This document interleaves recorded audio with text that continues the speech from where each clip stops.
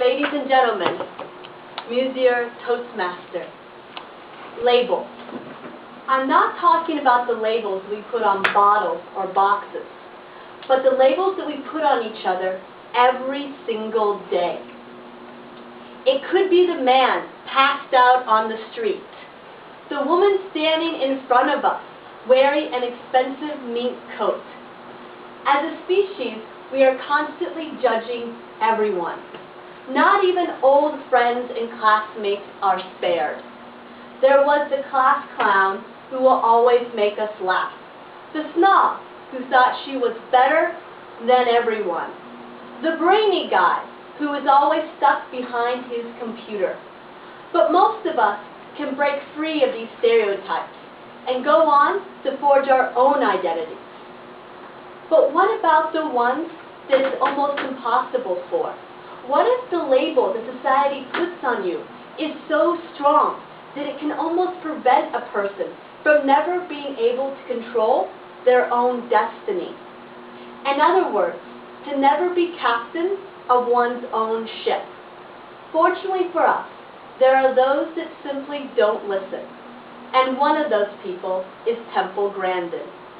Temple Grandin was born in 1947 in Boston, Massachusetts. It was a hot, steamy August night, the night that Temple was born into, and her parents were exhausted and overjoyed. They had just given birth to a beautiful, perfect baby girl. After all, she had 10 fingers and 10 toes. What could possibly be amiss? But it soon became very clear that there was something wrong with Temple. She wouldn't make eye contact with others. She was barely learning how to speak. Finally, at the age of 2, she was diagnosed with autism. What is autism? Autism is a highly variable brain disorder which causes someone not to be able to communicate their own thoughts and feelings, and also not to understand that other people can have different thoughts and feelings from your own. When it became clear how much care and support Temple would need, her own father wanted to send her to a mental institution. It wasn't much better in the community at large. One of Temple's first memories was someone running behind her and shouting, "Tape recorder!" because of her habit to repeat things over and over and over again. But her mother didn't give up. She worked hard with Temple, practicing for hours, speaking games, so that Temple could go to school with all the other little children. But even at school, Temple really didn't fit in. She really just couldn't relate to her classmates. She didn't understand why the girls were crazy for Ringo Starr and the Beatles, or why the boys were suddenly now paying much more attention to the girls. It was all mystery for Temple. Her mother, seeing this, decided that Temple needed a break. So she sent her to her aunt's ranch, where she learned how to take care of animals. Now, she was hesitant at first, but she was able to connect to the animals of the ranch much better than she ever could her fellow humans. And back at school, Temple graduated from high school, went on and got a BA in psychology, a master's degree in animal science, and finally a PhD from the University of Illinois. Not bad from a girl that people thought would simply wind up as a ward of the state. When Temple was done with her education, she went into the animal slaughter industry.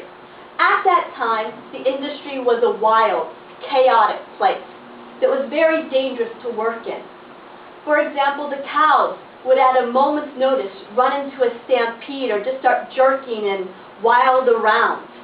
Temple realized that there's too much light in the factory, or that there was too much debris in the ground. She could see that there was just too much distraction for them. And this might seem very mundane. Why didn't anyone else think of this?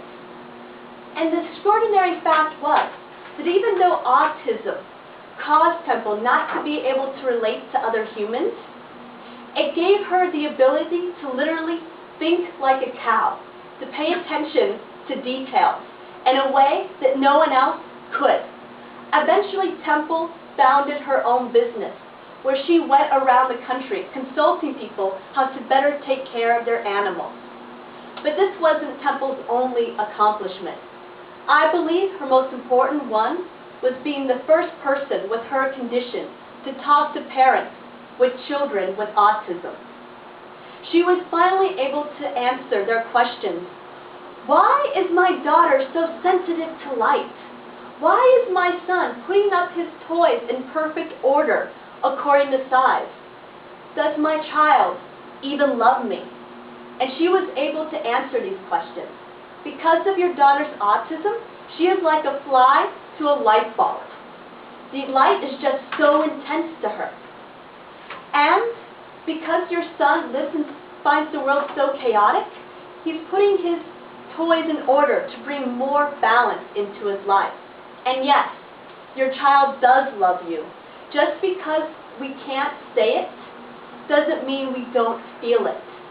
And so, ladies and gentlemen, I believe that life's journey is limitless.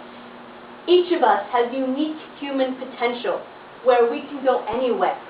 And so, I leave you tonight with the last lines of the poem Incubus from the great English poet William Ernest Henley.